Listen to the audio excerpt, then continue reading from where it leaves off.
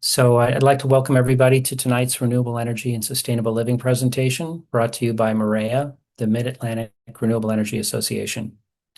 MAREA is a 501c3 nonprofit grassroots organization made up of volunteers dedicated to educating and engaging the public in advocating for renewable energy production, energy efficiency, and sustainable living. We encourage you to listen, ask questions, experiment with what you learn, and help others become more sustainable. I'm Phil Jones, tonight's host. This is our sixth meeting for this year. We will be back the last Tuesday of each month through October to continue our presentations on renewable energy and sustainable living. We post past presentations and registration links on our website, www.themarea.org, themarea.org, where you can also add yourself to our mailing list to receive our email reminders. Join us Tuesday, July 29th to learn about managing the floods of climate change. Rob Traver, Professor in Environmental Engineering and Director of the Villanova Center for Resilient Water Systems, will share Villanova's research and monitoring of green methods for managing stormwater and its associated environments in the Philadelphia. Tonight, we're presenting the Philadelphia Orchard Project, Securing Healthy Food and Climate Resiliency. During the presentation, please mute your microphones. You can enter questions in the chat box at the end of the presentation. We will ask your chat questions to the presenter. Tonight's presentation will be recorded. And now I'm pleased to introduce tonight's speaker, Phil Forsyth. Phil has led the Philadelphia Orchard Project's core program since the first plantings in spring of 2007. And loves to share his passion for growing fruit and perennial crops with everyone. As co-executive director, he works with staff to design, plant, and support orchards, coordinate volunteers, lead educational programs, and oversee development of new infrastructure. Phil has 20 years of experience in urban farming, gardening, and landscaping, and currently serves on the National Orchard Advisory Committee of the Giving Grove. Welcome, Phil. We look forward to your presentation. Thanks so much, Phil. Glad to be here. And so I am, as Phil said, co-executive director of the Philadelphia Orchard Project. And I have been involved with POP, as we call it, since its founding back in 2007. And the photo you're seeing here is actually of our very first planting back in that year. And I'm that young fella with the pitchfork in the lower right, probably the last time I didn't have a beard. But anyway, that's humble beginnings as an all-volunteer organization. Um, we've been around for 18 years now and up to a staff of 11. I've grown a lot in this time. So I'm going to talk to you a little bit about what we do and various programs, initiatives we have. So our agenda here, I'm going to give you a general introduction to why and how we do what we do. Take you on a little short tour of some of our orchard partner sites to give you a feel for what those look like. Go through other programs and initiatives we have, and then I have some content about our preferred style of orchard planting called a food forest. And then I'll give you a little information about how to get involved or get more information if you're interested. And we'll leave plenty of time for question and answer at the end. But just to get it started, brief history. POP was founded, as I said, in 2007 by a visionary named Paul Glover, who ran for governor in the Green Party and started a number of other nonprofits. And very interesting guy, but he was the sort of founding vision for POP was to use some of the vacant land in Philadelphia to grow perennial food crops to feed those in need in the city. So addressing two challenges simultaneously. Philadelphia has approximately 40,000 vacant lots in the city due to an immense population loss after the collapse of its industrial economy in the 20th century, which presents tremendous opportunity as well as challenges. We also have 10,000 acres of public parkland, some of which is relatively underutilized. At the same time, Philadelphia is the poorest of the large cities in the United States, with over a quarter of its population below the poverty line. That's the highest rate of any of the top 10 cities in the United States, and chronic diet-related disease and limited access to fresh produce in many neighborhoods. So the idea is to solve those two challenges together, and I believe we've stuck to that vision. Our current vision statement is, in partnership with communities, POP envisions urban ecosystems that create beautiful green spaces, connect neighbors, provide hands-on learning experiences, and grow fresh fruit for generations to come. And so I'm going to start off with an explanation of why we do what we do, which I think is more self-evident now than it was 20 years ago when we started this work. But why orchards in cities? The most obvious answer, of course, is fresh fruit. And over the last 18 years, we've helped to plant 56 community orchards in the city and currently support a total of 70 orchard sites in Philadelphia.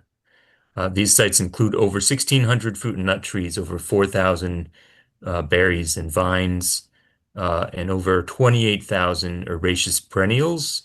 So these include, fruiting plants like strawberries, but also wide-ranging um, pollinator plants and others. And I'll get a lot more into that later in the presentation. But we think of any perennial plant as an orchard plant, so not just your maybe a vision of an apple orchard of rows of apple trees. Um, Last year, every year we do a partner survey to find out sort of the impacts of our work. Last year, partners reported over 7,000 city residents tasting things grown in our orchards and a total of over 8,600 pounds of produce from these orchards. In our largest year, the year before, we had over 12,000 pounds reported. Um, and many of our partners also report back to us the qualitative experience, the transformative experience of city residents tasting fruit for the first time picked directly from a plant. The experience of tasting a peach from a tree or a grape from a vine or a blueberry from a bush is often transformative and a new experience and causes people to think about food in new ways. Our partners also tell us fruit is a gateway for healthy eating. So the sweetness of fruit draws people in. If they like the figs and kiwis they sample, they might come back the next week and try that bunch of kale that you've been trying to tell them is good for them. Um, so the other part of a community orchard, of course, is community, and we find these spaces are effective at engaging neighbors even before they come into full production, which can take 5 years or more, especially with the fruit trees. Um, but last year, partners reported over 8,300 people used community orchards as gathering spaces in their neighborhoods. And we operate on a community partnership model. So every orchard we plant is in partnership with an existing community group. Uh, we'll talk more about this diverse type of partners later on. But essentially, POP is a support organization. So if a group comes to us, submits an application that meet our criteria, um, then we help them with a design for space in their community. We source the plant materials, we organize the planting day and supervise volunteers, and then provide ongoing support in training our partners on how to care for and maximize the value and output of their orchard spaces. Um, our community partners own, maintain, water, weed, harvest, and distribute the produce within their neighborhoods by the means of their choosing. Um, that's the central model, and that's what's allowed us to plant 70 orchards in the city rather than a handful that we manage ourselves. And the idea is really to build on existing community resources and share skills and knowledge to a broader community in the city. Um, we can also look at ecological impact, wide-ranging environmental benefits. One that I like to talk about is a double carbon offset, and we actually just completed a research project with UPenn looking at the carbon impacts of urban orchards and hope to publish that article soon. Um, but basically, we can look at the carbon impacts in two ways for urban orchards. One, fruit trees, nut trees, like any other trees, directly absorb and sequester atmospheric carbon. But at the same time, everything that we grow in the city is reducing food miles and all the carbon impacts of industrial food production, transportation, refrigeration, et cetera, getting from where it's grown to the consumer. You may have heard the figure that the average produce we consume in the United States travels over 2,000 miles from where it is grown, not only within the country, but from around the world.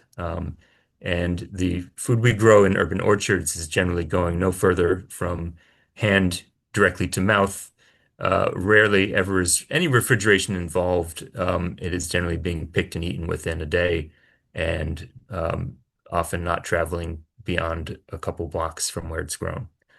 Um, we can also look at other environmental benefits like reducing stormwater runoff, providing shade for neighborhood cooling, and then restoring neighborhood ecologies. So, as I mentioned, these are very diverse orchard plantings that are bringing back bees and butterflies and birds into neighborhoods across the city as well, and giving people a direct experience of nature in their own neighborhood. We can also talk about the healing power of plants. Nature deficit disorder is a real thing. Plants have the power to heal uh, traumatized community members, go to these spaces and feel safe. And we can look at spiritual impacts as well.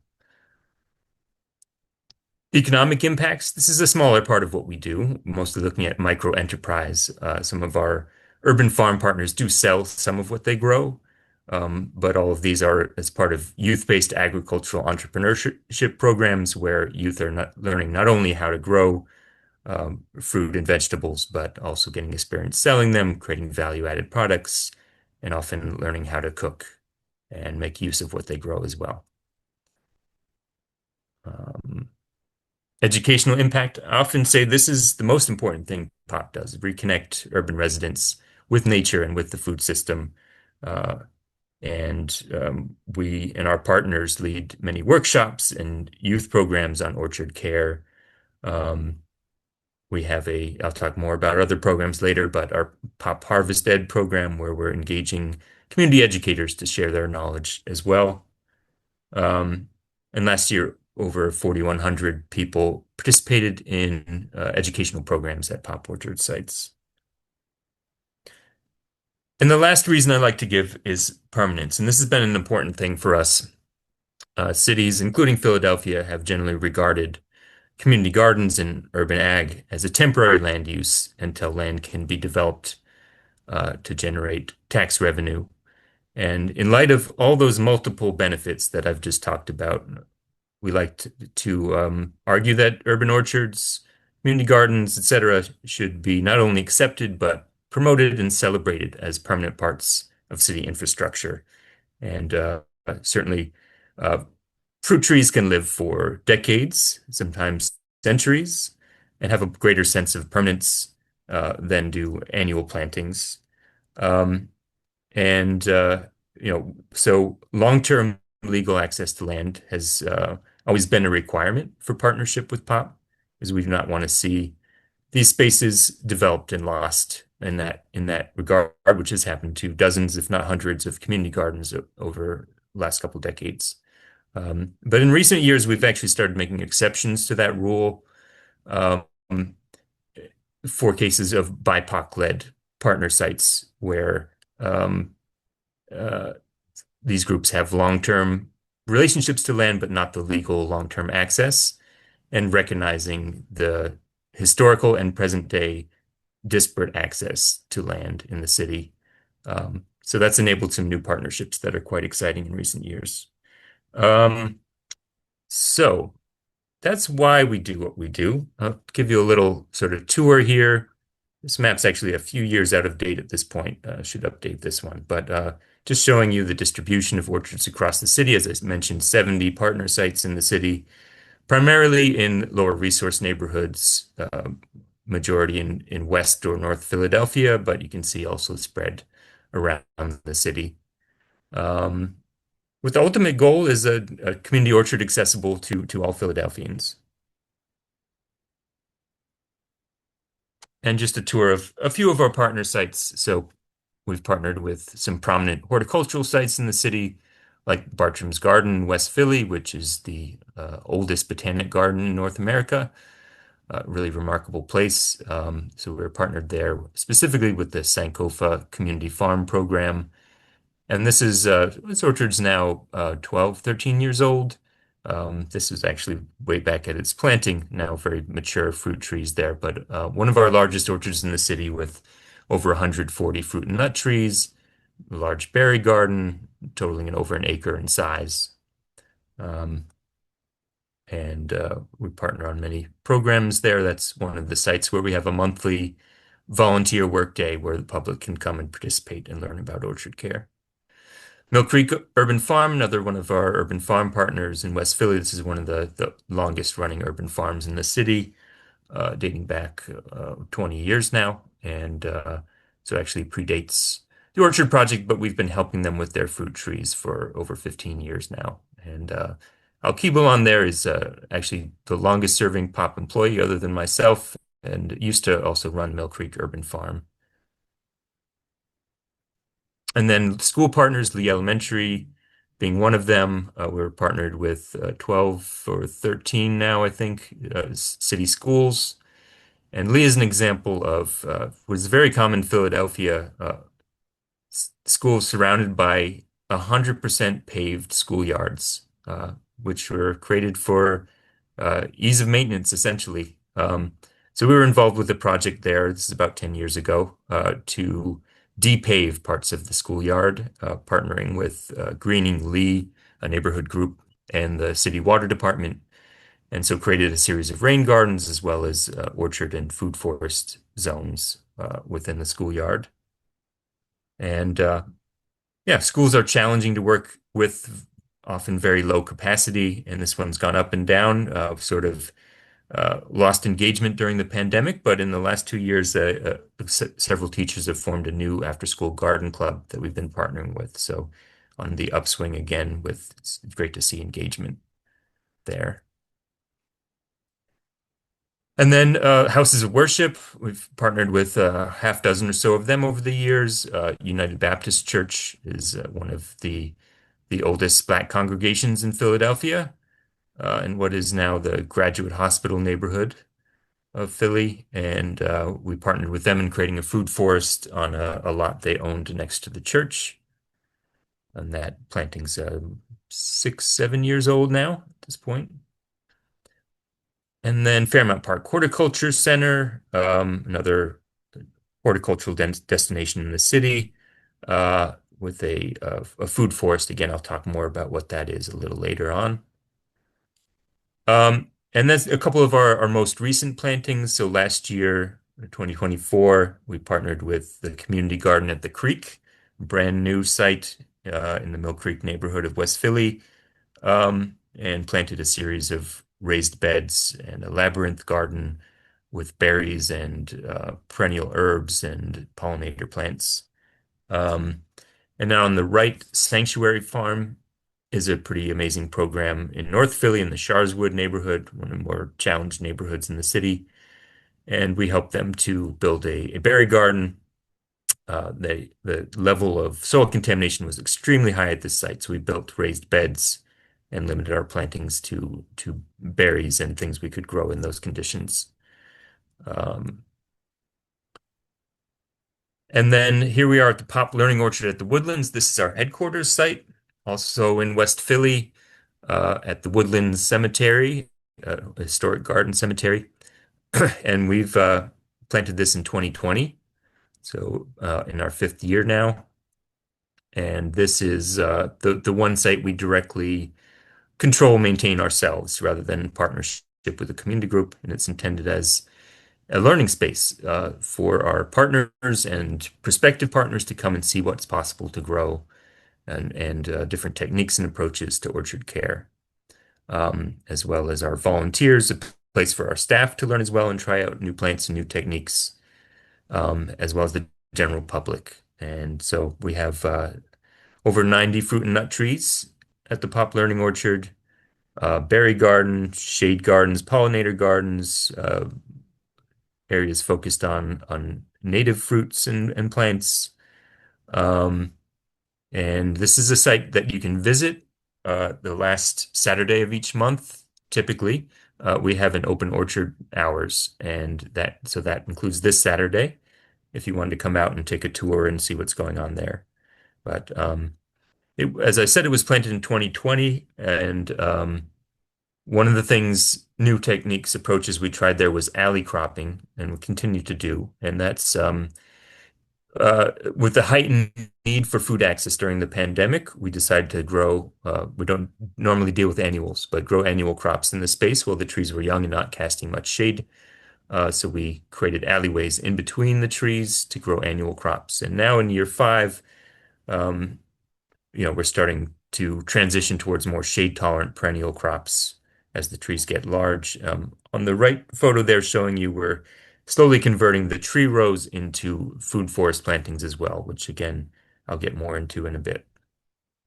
But here you can see some images from last year. You see the maturing trees there behind us, the diversity of berries harvested in the spring. We had a similar harvest last week. And everything we grow at the Pop Learning Orchard is donated to emergency food services. So we partner with Food Not Bombs and a community fridge in the neighborhood and a school-based program called Get Fresh Daily. And you can see last year we also harvested some of the perennial flowers growing in the space and distributed joyful bouquets to emergency food services as well. And yeah, so this site is the site we're at twice a week with a core group of staff and volunteers, and twice a month we also have public orchard work days that you're welcome to volunteer at. Also on site, we have our plant nursery. So this is where we propagate and grow out plant materials that then get planted around the city.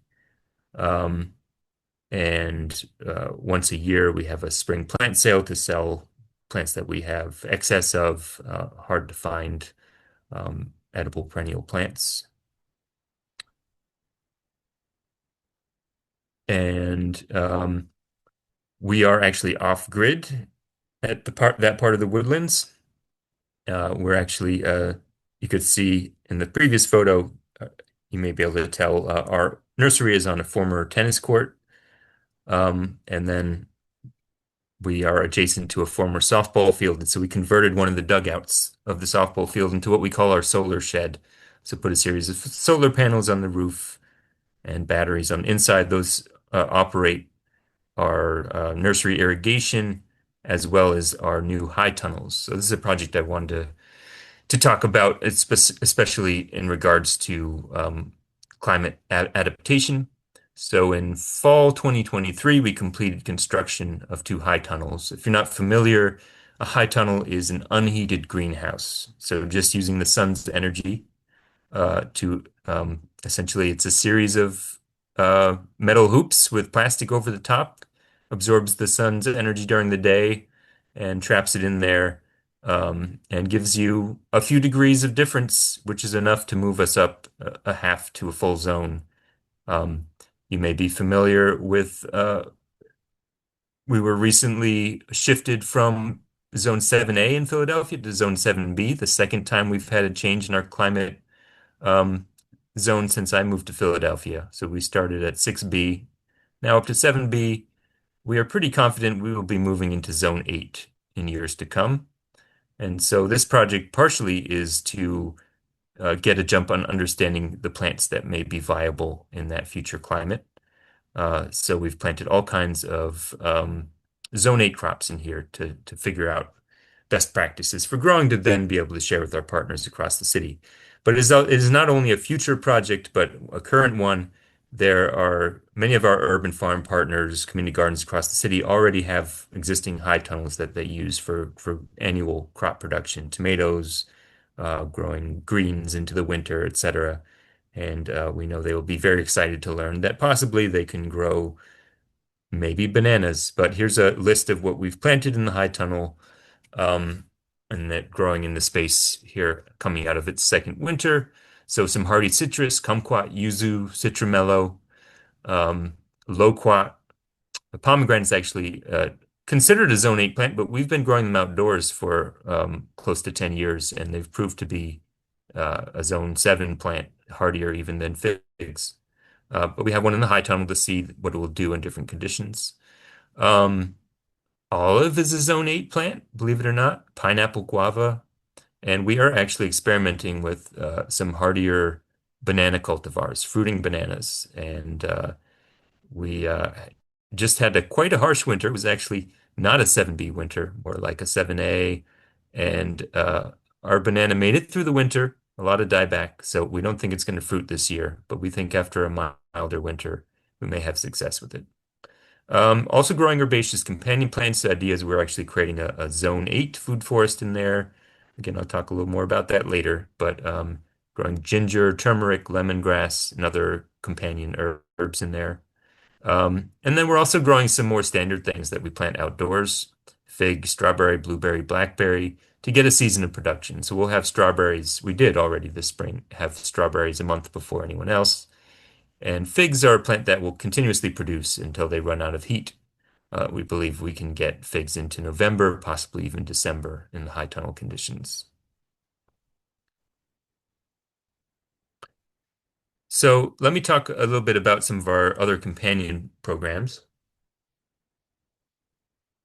Um, One of the key things we do is uh, educate our partners on best practices in ecological orchard care. And the core of that is our Pop Core workshop series. It's a four-part series on the basics of orchard care. So pruning, there's four sections: pruning, pest and disease management, harvest and use, and then orchard design. And this year we're trying out several new program strategies, and one of which is refocusing our Pop Core series on our partners and our lead orchard volunteers. So most of these workshops we haven't been posting publicly this year, but all of our Pop Core content is available on our YouTube channel if you want to look at it there. We have pre-recorded presentations. We also have some pretty high production value versions of our pruning workshops and our pest and disease workshops that we've created in recent years. Um, and yeah, we're evaluating how we want to approach this program going forward, but we're pretty excited about getting higher turnout from our partners and volunteers this year. Um, Pop Harvest and Pop Harvest Ed. Pop Harvest is our gleaning program, so a program that's focused on abundant but often overlooked fruit and other edible plants in the city. So things like juneberries, mulberries, crab apples, ginkgo nuts, hawthorns, wineberries. We've done a wide range of different plants that are abundant, delicious, but often overlooked and not harvested. So the city is full of existing food resources. And so about once a month, we have a Pop Harvest Day where we go out to a different neighborhood and introduce people to what's available to pick there. Um, and then Pop Harvest Ed is another core workshop series. This one focused on sharing knowledge about harvest and use of orchard plants, some of which are not familiar to many city residents. So, uncommon fruits, but also medicinal herbs and things like that.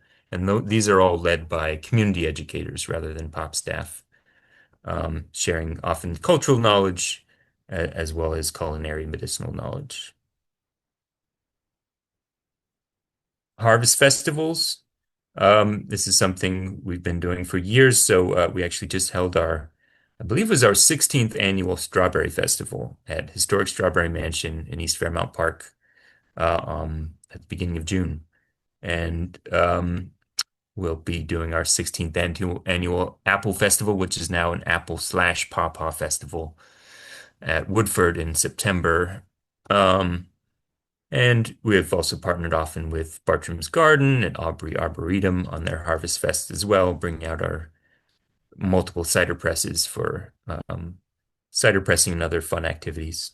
So just another great way to engage community in these spaces. Um, so I'm going to talk a little bit more about food forests, which is our preferred approach for planting orchards in the city. Not all pop sites I would call a food forest, although all incorporate some elements of them. Every orchard has some companion plantings, often in the form of a pollinator garden or herb garden. Um, but many are planted in food forest style. And I'll talk a little bit more about what that is. So the term food forest or edible forest garden originated in the permaculture movement, but I always like to emphasize that permaculture did not invent this growing technique. This sort of ecological growing um, format is common to indigenous cultures from around the world and has been employed for millennia. Um, but the terminology came from permaculture.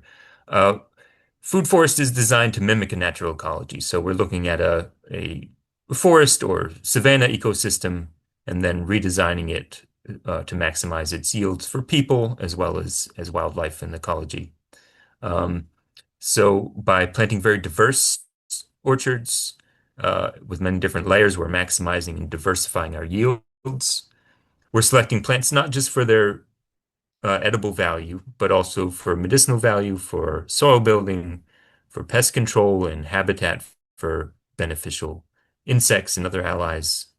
Um, and we're also, selecting, I'll talk more about sort of uncommon fruits for pest and disease control, but also beauty is important, especially in the city.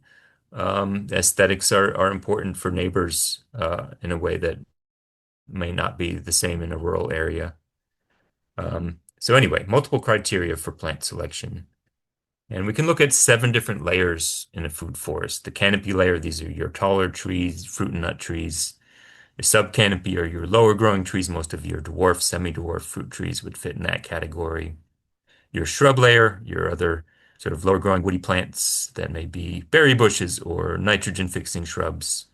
Herbaceous layer, your taller growing herbaceous perennials. Um, Below your feet, the rhizosphere, also called the root layer. Important to realize that there's more total biomass below your feet than there is above ground. We often think of what's happening that we can see, but there's a lot underground, and it's important to cultivate living, healthy soil. We may also have perennial root crops or fungi that play essential roles. So not to ignore that. And then 6, the soil cover or ground cover layer. These are your lower growing herbaceous plants. And last but not least, the climbers, the vertical or vine layer. And in the city, this can be important where we sometimes have limited horizontal space to make use of fences and walls to grow food as well. Just a couple images showing the diversity of the understory plantings in a food forest setting, growing in and around fruit trees. And again, I'll talk a little more detail about pollinator and insectary plants, but all types of companion plants important for an ecological orchard and a food forest. So some of our favorite perennials for pollinators and beneficial insects. And one thing we like to emphasize is these are ecologies that are intended to be balanced. We're not trying to eliminate all pest insects. We're trying to create ecological balance so that the pest insects don't become a problem. So we have allies of, we often think of pollinators as beneficial insects, but we're also thinking about parasitic and predatory insects that help control pest populations. So they may appear, but they may not have a great impact and require interventions, harsher interventions like spraying. One of the ways we do that is try to build these populations of beneficial insects over time. So not just attracting them once to the orchard, but keeping them there, having them lay their eggs, build their populations over time. So we like long blooming plants like catmint, anise hyssop, coneflowers, bee balm, tick seed. We especially like fall blooming plants. There's lots of things blooming in the summer, plenty in the spring, but very few things blooming in the fall. For that reason, we love our asters, goldenrod, and other plants that bloom in that season. And then just to mention the umbel family, one of our favorites, but it's particularly good at attracting the type of beneficial predatory parasitic insects that are helpful in orchards. So plants like fennel and lovage and dill and angelica and many others. And in terms of building an ecology, diversity is our ally. So not only in terms of different layers, but many different plants within each layer in our companion plantings, not only different seasons of bloom, but different colors and forms, inflorescences are beneficial for creating a stable ecology. Diversity is really important. Some of our companion plantings also include nitrogen fixers. So this is a whole class of plants that pulls nitrogen from the air, fixes it into the soil, working with certain soil-based bacteria. Nitrogen being the number one element most important for plant growth and highest component of any fertilizer. Um, so many of these are in the legume family or bean family, but not all. And they're wide-ranging. They may be in the form of trees.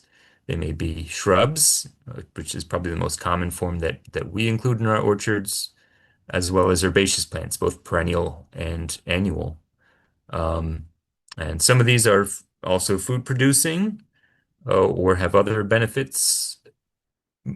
Some are native, some are more aggressive, and ones we avoid, like autumn olive, for its aggressive habits. Then we also have plants that are dynamic accumulators or nutrient accumulators. And uh, these are ones that have deep roots that pull up essential nutrients from deeper layers of soil, bring it up into their leaves, die back in the winter, make those nutrients available to other plants around them. So improving the soil in a little different way than nitrogen fixers do. And some of this early thinking about some plants accumulate certain nutrients better than others needs a lot more research. But we do believe in the general concept of living mulch. One of our favorites is Russian comfrey, which is a very large leaf perennial herb with very deep roots up to 6 feet into the soil that generates a ton of biomass and can be harvested multiple times a year or just left to die back in the fall. And adding nutrients to the soil, certainly increasing the organic matter in a profound way, as well as outcompeting weeds, providing pollinator food and habitat, as well as it's a very powerful healing herb as well.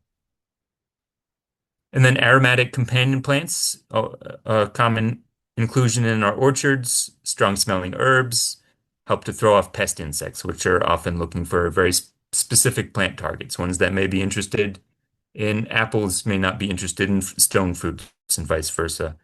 So this can help sort of make it more challenging for those pests to find what they're looking for. So we plant a lot of mints, oregano, thyme, catmint, lavender, anise, hyssop. Also onion family plants, chives, garlic chives, walking onions. We also plant a lot of garlic, great annual crop for an orchard, quite shade tolerant, as well as providing some uh, pest deterrent properties. And lastly, just to mention, any full ecosystem also includes animals, whether intentional or not. But certainly bees make a great companion for orchards. Honeybees, of course, provide additional yields, but we're also thinking about wide-ranging native bees that, and sometimes can be even more effective pollinators of fruit trees than honeybees. Um, Poultry, like the turkeys you see here, can be great companions in wandering through the orchard, eating out pest insects, depositing fertilizer, providing additional yields as well. And then some food forests also include grazing animals. Certainly not something we're doing in the city, but larger scale plantings around the Philly region have been experimenting with this in some interesting ways. So my last slide is how you can get involved if you're interested in this work. Uh, as I mentioned, there are opportunities to volunteer with us at plantings and work days, and you can sign up for a volunteer email list. On our website, we also have an events page where you can sign up for things directly. You can visit the Pop Learning Orchard at the Woodlands, as I mentioned, including this Saturday. Also, this is accessible on our website if you want to find those dates and sign up. If you want to learn more about orchard care or food forests, we have a Google group that's devoted to ecological orchard care where we post upcoming workshops as well as reminders of seasonal orchard tasks and other information. Um, so you can find that through our website or Google the Fog Google group.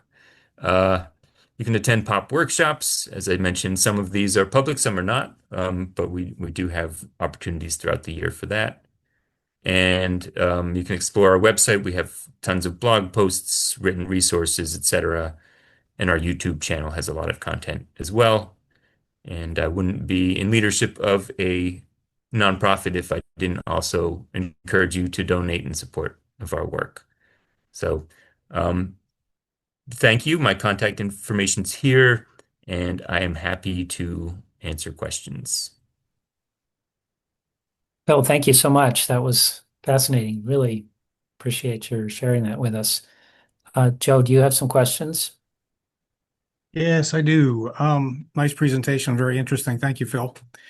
How do you decide what plants you plant? Do you have criteria such as native plants?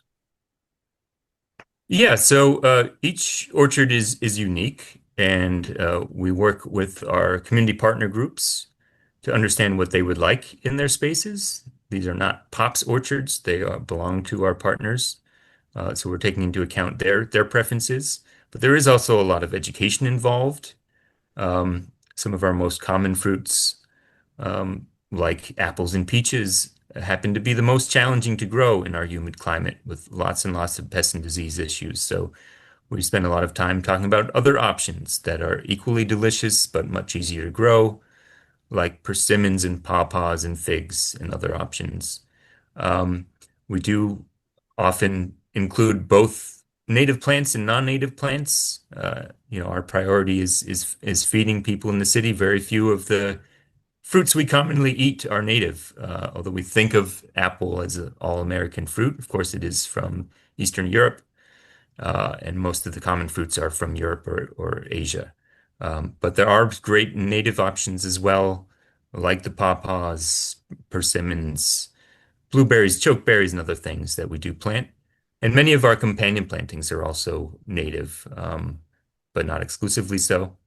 Again, culinary herbs and other things like that may not be native. Um, but we do have some sites where native plantings are particularly important to the partner group. So we just started, actually, our newest orchard is at Penn Treaty Park, um, which of course has important connections to indigenous history. And so we had designed and begun implementation of a all native orchard and eventually food forest at that site. We have another site at Wissahickon Environmental Center that's very focused on native plants as well. Um, Hope that answers the question. I think so. Do you manage invasive edibles? We certainly do. I mean, a big part of orcharding as well as gardening is weeding. So managing the plant palette and figuring out which plants are priorities to remove and which volunteer plants may be okay to stay. But we do like to think of probably a small impact, but some impact from our pop harvest gleaning program where we are picking wineberries and mulberries, and every fruit we pick is a seed that doesn't end up in the ground and potentially growing into a new plant. Um, Things like Japanese knotweed, we've done events around that. So digging out, harvesting, and eating the good parts of that very aggressive plant. So making use of something that in most contexts is a pretty negative plant in the landscape. How do you handle pruning and weeds? Do you compost in any particular way and include or not include any specific plants when composting? Yeah. I mean, each site is in charge of their own sort of strategies for composting. We do provide some guidance when asked. But yeah, most other than aggressive plants with seeds on them, most plants are going into compost. Um, some sites are doing hot compost, so they're able to handle some plants with seeds on them and eliminate them through heat. Um, and then pruning, yeah, that is one of the primary ways that we are helping partner sites with a very high knowledge technical task. And so we're visiting most of our orchards each winter and helping them with their pruning. And most of that is turned into mulch, either on site or sometimes brought to the city recycling center to be mulched. Is the soil tested before decisions are made on what plantings might work best for a given plot or site? Yes, we've always done soil testing at every site, and actually been surprised to find very few sites with high levels of contamination. But certainly we did just deal with that last year with our sanctuary farm planting.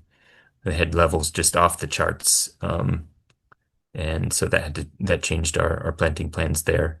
And I will say, planting fruiting plants is a lot safer than annual crops, especially root crops or leafy greens that come in contact with the soil. But there is still a lot of research that needs to be done on exactly where that safety line lies with plants. So we err on the side of safety when there are concerns about soil contaminants. Just curious on that sanctuary site, where was there an industry nearby that created the high lead contamination?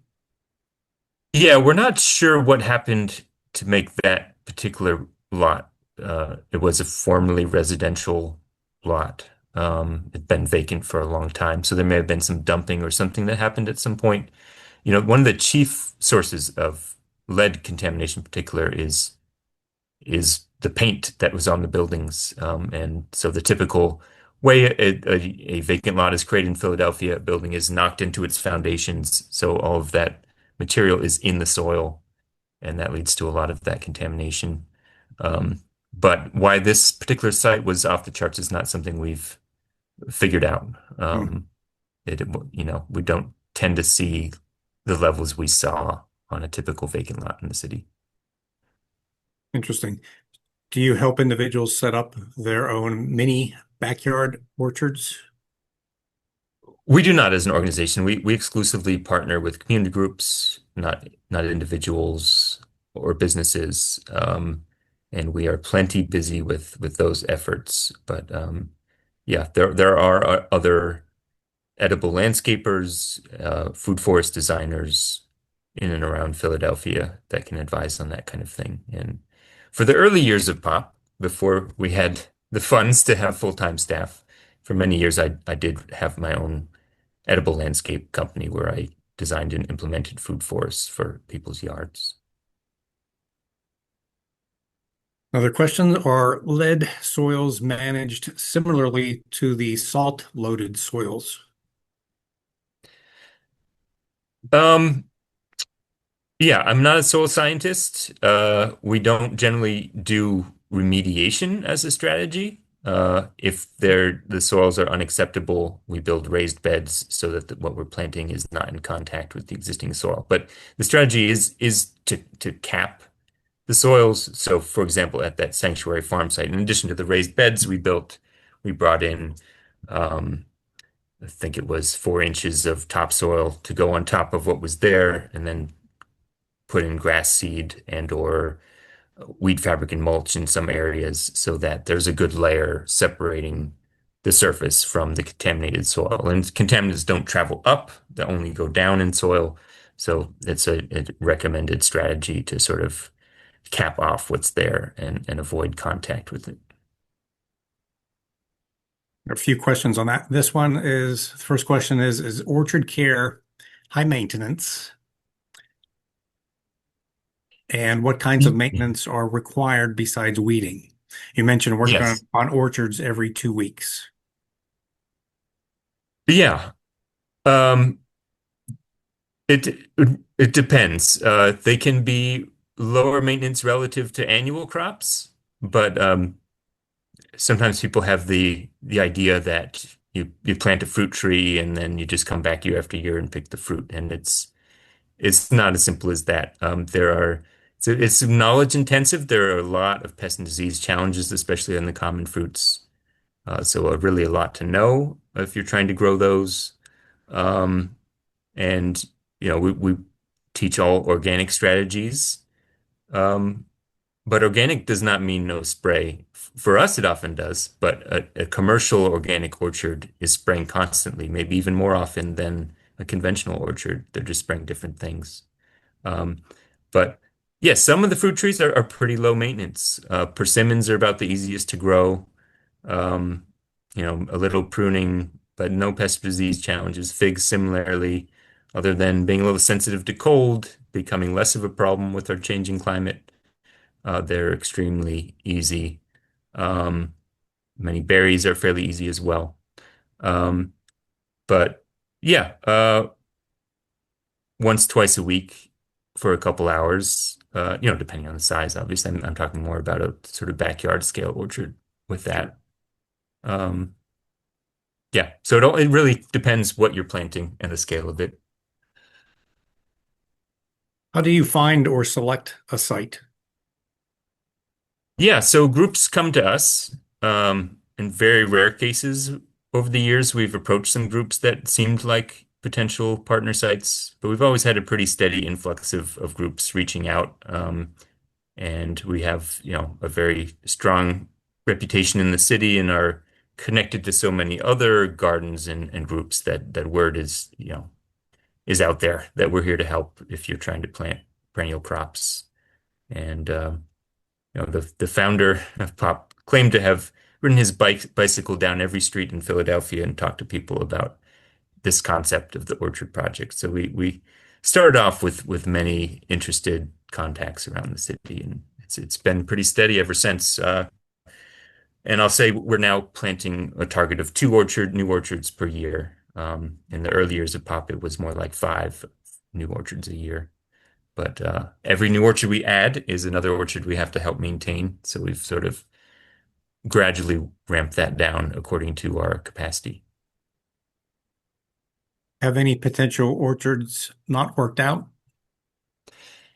Yeah, I mean, I would say, I haven't counted recently, but at least 10 orchards that we've lost over the years, some to school closures, others to development pressure, uh, and um, yeah, so we've learned many lessons over the years about what type of partnerships are likely to work out.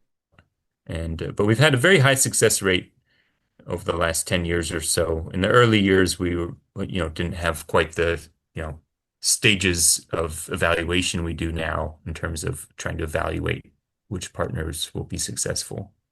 Um, but yeah, I would say at least 10 orchards have been lost over the years. You mentioned different zones over the past few years, Zone 7, I think, and now looking at Zone 8. Is there, can you explain briefly what those differences are? Sure. So the USDA creates climate zone maps that sort of map where it's, I believe, primarily based on your sort of minimum average temperature per year that defines the zones. Um, so yeah, when I moved to Philly in 2006, we were classified as 6B, and about 10 years ago, we got moved up pretty belatedly, most people thought, to 7A. Based on temperatures, and just I believe it was just last year we got moved to 7B. It's essentially just tracking what the average temperatures are and adjusting so people know, I'm in this climate zone, so these are the things I can plant here. Um, so I don't know. I hope that's a effective summary of that. Yeah, that's helpful. Are there any groups like yours in the Lehigh Valley? In the Lehigh Valley. I'm not sure. We are certainly part of a urban orchard movement across the country. We frequently get outreach from other groups, other cities trying to do similar work. To my knowledge, we are the longest running nonprofit specifically devoted to urban orchard planting. But there are many others, and we are, as I think it was mentioned in my intro, I'm currently serving on a National Orchard Advisory Council through the Giving Grove, which has become the closest thing we have to a national urban orchard organization. So they're supporting many groups across the city. So that might be a place you might go to Giving Grove's website and look at their affiliate partners and see if there are any in the Lehigh Valley or nearby. I know they recently took on Pittsburgh as a partner city, but I'm not sure um, what may be closer than that. Um, yeah, actually, we just last week had a group from Providence, Rhode Island, which is where I grew up, came to visit, and they're about to plant their first city orchard there. So always Oh, happy to share what we've learned. great. Let's see. So, would you say the change in climate in Philadelphia from zone 6 to 7B is working more to your advantage than disadvantage?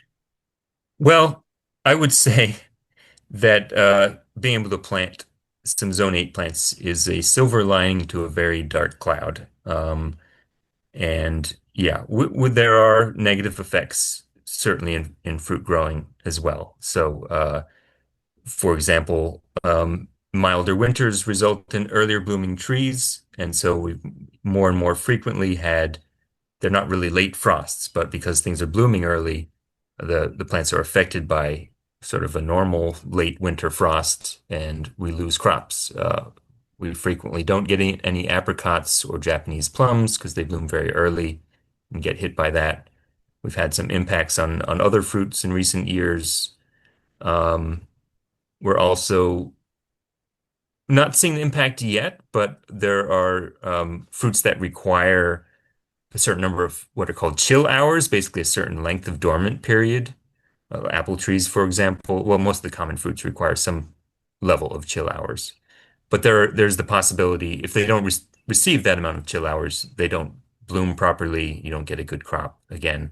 So there's a possibility some of the existing apple varieties that have been happy in this climate or this location for decades, centuries, may not be viable going forward, and we may have to adjust to apple varieties that are more adapted to the South, with lower chill hour requirements. So there are, definitely negative impacts on fruit growing, as well as some exciting new things we get to try out. Yeah, I know I read an article recently, and I forget for what location it was, that talking about the importance not only of how hot days are getting during the daytime, but the lack of cooling during the nighttime, or the fact that it's not getting cold enough to accommodate some plants anymore. It's Yeah. not doing the plants any favors. Yeah, and certainly um, new pests and diseases are enabled by climate change as well. So yeah, we don't really know what's coming, but there may be Yeah. some other things we don't expect. Okay, well, that's all I have. There is one comment that says, "What a purposeful life and work you share." Thank you very much. And I will Thank you. echo those thoughts. Thank you very much for your presentation and your information. Glad to be here. Thanks for your interest. Thanks so much. Very much appreciate it.